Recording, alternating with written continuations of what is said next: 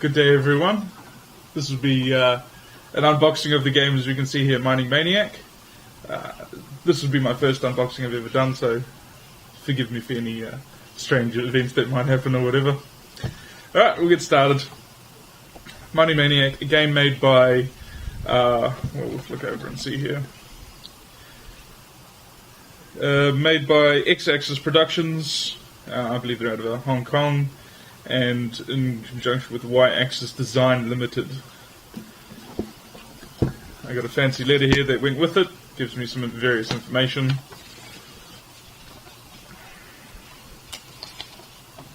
And also, completing the unboxing with me today is my friend Dave.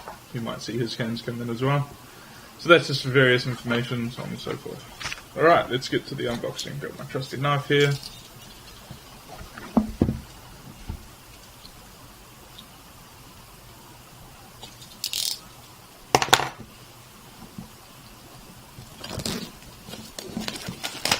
As you can see, haven't opened it yet. Haven't had a look through.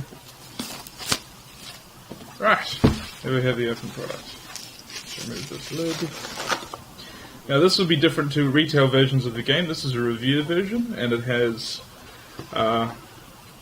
2 to 6 players rather than the retail version will have 2 to 4 players, with an expansion being available to purchase to add players 5 and 6. The game, it says here 45 to 75 minutes per game and ages 10 plus. Alright, so far it looks pretty good. It's all fairly sturdy construction of the box. Have the rule book. It's a pretty thin rule book, so that's probably pretty easy in respect of the rules. It's only about 6 or 8 pages long. We have our first sheet of materials. This is obviously all coins, front and back. The cardboard construction of this is pretty thin. In the letter that I received with this, it said that the construction for the coins later on will be increased, as in cardboard thickness will be increased to equivalent to that of the game board. So these are pretty flimsy ones, but that's alright. Retail version, they'll be more solid. Here we have the game board. That's out of the way. It's quite small. Very basic, obviously, but it's a very sturdy material. Quite nicely made. Anything to add so far, David? What do you think? That's actually really good. I mean, I don't think you'll have much problem in breaking it too easily. Yeah, the construction of it is very, very nicely done. Very nicely printed and very solid cardboard. So I quite like that. Alright, here we have some cards. Probably they look like what would you call them? The word has completely left my brain. I don't remember. I can't think of it right now. Markers. We have a 1 6-sided die and lots of circular yellow markers with one that doesn't appear to be circular that might have some relevance for something, or it could just be a miscut piece of wood. That's fine. Reference sheets. That's probably what those things are. Yes, for each player. Yes. Then we have 2 packs of cards, and there is a tray in the box where all these things sat in, like thus.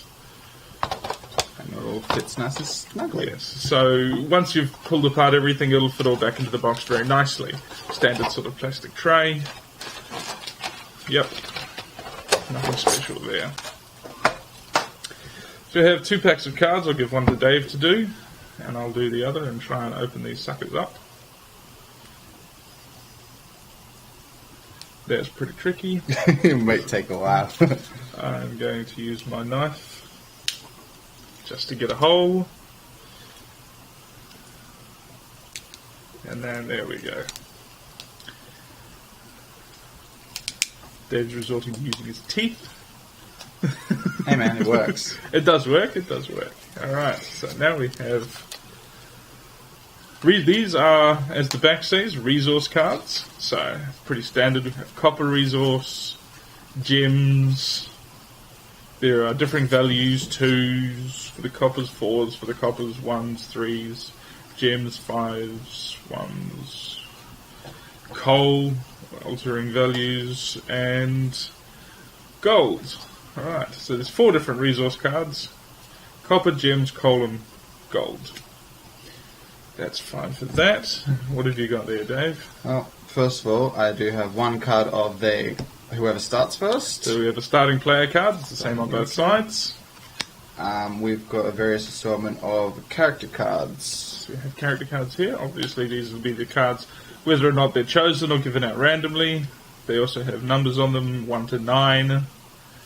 And those will have some sort of special ability on them. We have also price cards. There's 2 1s, 2 2s, and a 3. Alright, so price cards. What that'll be useful for, I'm not quite sure. Possibly for buying things. And we have a nice stack of incident cards.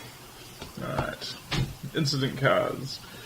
Probably to make whether or not these are used as something that the players use on each other, or as gain or lose funds. Yeah. Alright, so several different cards, the resource cards, which I would assume they'd probably all be the same inside here. Most likely. One given to each player so they know. It gives you a good idea of what the steps are for the round sequence and the character's abilities. Depending on what your opponents are, you can figure out what's going on. So far this feels a little bit like a board game I've played called Discworld, which has the same sort of character idea, but Discworld's slightly different. Though so far that it's all pretty standard. So everything here, all the cards are all very nicely made. They've got the printing on them is very good, and the quality. They may be a little thin in comparison, like the cardboard used for the cards may be a little thin in comparison to other games I've played. But it's still very nicely done. They look like standard cards, like a standard American card sizing if you choose to sleeve these sorts of things. Other than that, it looks pretty good.